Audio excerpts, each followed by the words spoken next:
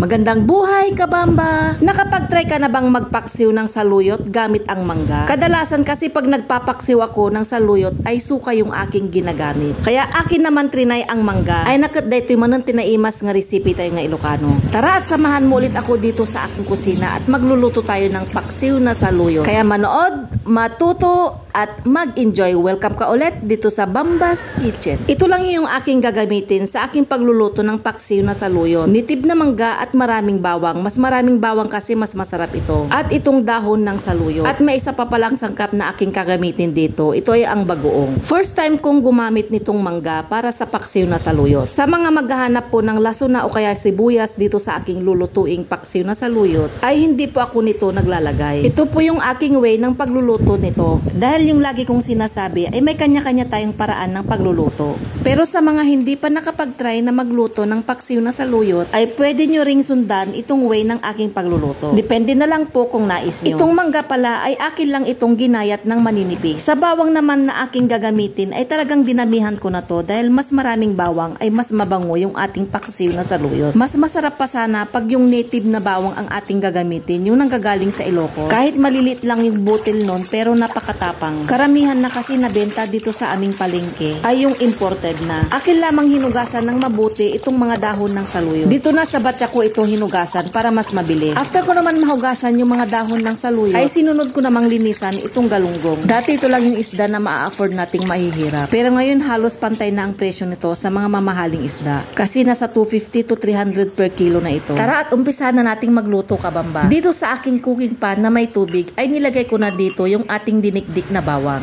Tinakpan at papakulon ko lang ito ng 3 minuto. Then after ng ating pagpapakulo nito ay naglagay na ako dito ng bagoong. Tansyahan lang ulit yung aking paglagay ng bagoong dito. Akin lang ulit ito tinakpan at papakuluan. Habang pinapakuluan ko ito ay talagang amoy na amoy mo na yung amoy ng bawang. 3 minutes ulit yung aking pagpapakulo dito. After naman ito ay akin nang isinunod itong ating saluyot. Yung iba pala ang tawag nila dito na lutuin ay pakbet na saluyot. Ngumsyak dato yung tinadakulak nga awag mi ditoy. Sabi ko nga magkakaiba tayo ng lugar. Kaya iba-iba rin yung tawag natin dito. Pagkalagay ko naman dito sa mga saluyot ay akin lang itong hinalo para mahalo yung ating nilagay dito na bawang. After naman nito ay akin lang itong tinakpan at papakuluan lang ito ng saglit. Habang hinihintay naman natin yung pagkulo nito ay akin namang ipiprito itong ating galunggong. Masarap din kasi na partner itong ating paksiw na saluyot ay ang pritong isda. Talaga namang pang probinsya na ulam ito. Pagkakulo naman nitong ating niluluto na saluyot ay akin naman itong hinalo at para ma-check kung talagang luto na itong ating saluyot. Kailangan kasing ito ay luto na bago natin ilagay itong ating pampaasim. Siguro nasa 1 minuto lang yung pagpapakulo ko dito.